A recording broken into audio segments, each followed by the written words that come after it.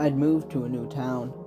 This was a much nicer, cleaner, quiet town than the one I'd lived at before. Not the sort of town you'd expect to have things wrong with it.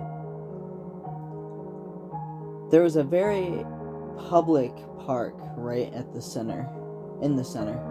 It housed rows upon rows of swings, slides, infested with snake-like tunnels that weaved in and around the playground, providing a maze for children to lose themselves in their games.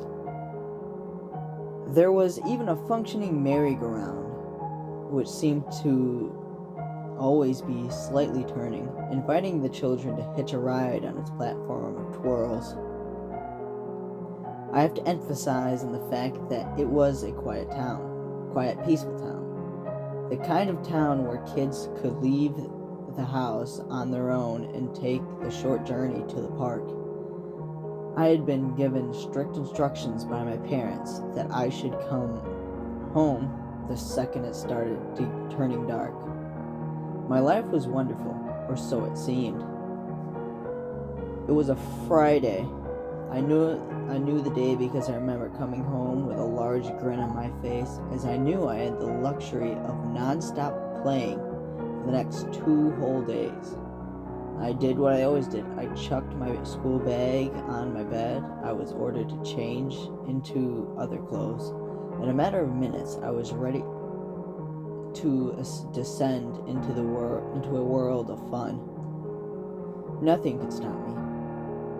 The tunnels were my favorite. It was so easy to get lost in them, which made great fun for playing hide and seek. With only 2 friends, Billy and Tom, they were both in my class, and we, like many 8-year-olds, loved any game that filled us with pure adrenaline. We were going to play murder. I don't expect anyone to know this game. We made it up. The rules are very similar to hide and seek, except when the one seeking found you, they had to murder you. Pretend, obviously.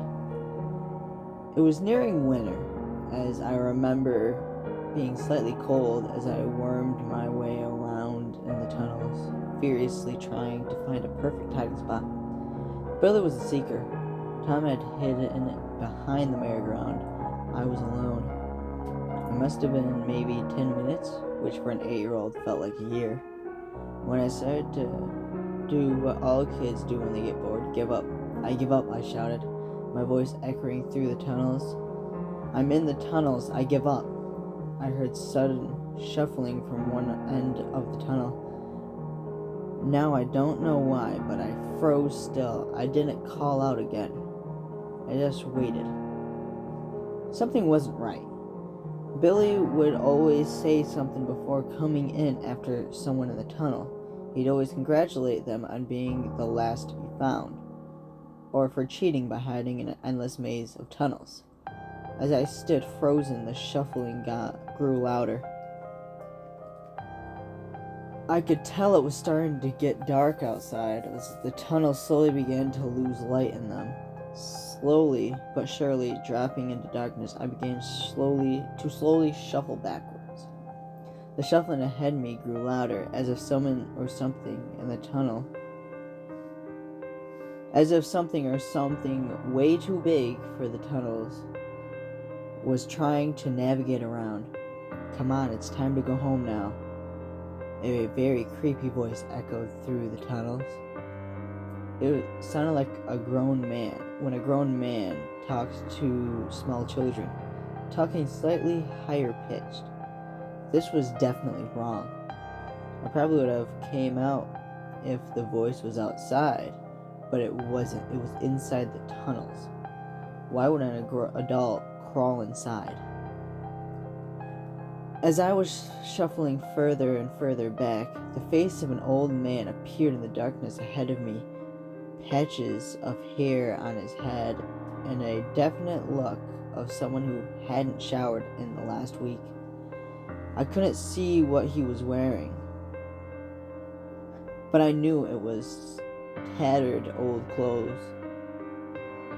He had a sharp, scraggly beard, which was peppered with dirt. The second we made eye contact, he just smiled at me, revealing his filthy, underbrushed teeth, which had blotches of brown and black covering them entirely.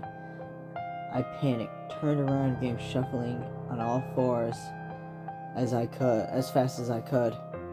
The shuffling behind me grew louder and quicker. He was chasing me.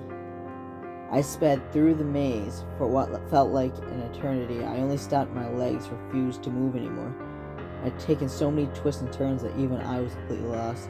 I don't want to hurt you, I just want to talk, the voice echoed through the tunnel.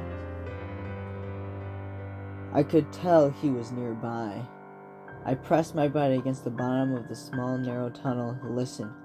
He continued to make soft cooing noises, begging me to come out and present myself to him. I lay in the tunnel for hours, no exaggeration. Even after I heard him curse to himself and angrily force his way out of the tunnel, I continued to wait.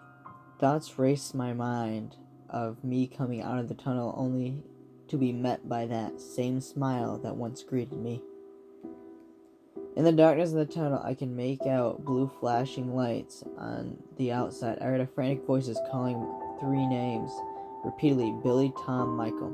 When I heard my name, my heart slowly began to calm. My parents had come. I easily shuffled out of the tunnel, guided by the wet scrapings along the walls of the tunnel. The way the man must have gone outside, I was greeted by several police cars, lights flashing. There were groups of adults with concerned looks on the faces. I recognized 2 of them, my parents, Mom, Dad. I wailed, crying, as I ran toward them. They began crying and ran towards me, lifting me off the ground and hugging me so tightly it felt as though I was being slowly crushed. Billy and Tom were taken that evening. They were later found hidden in a nearby skip, mutilated.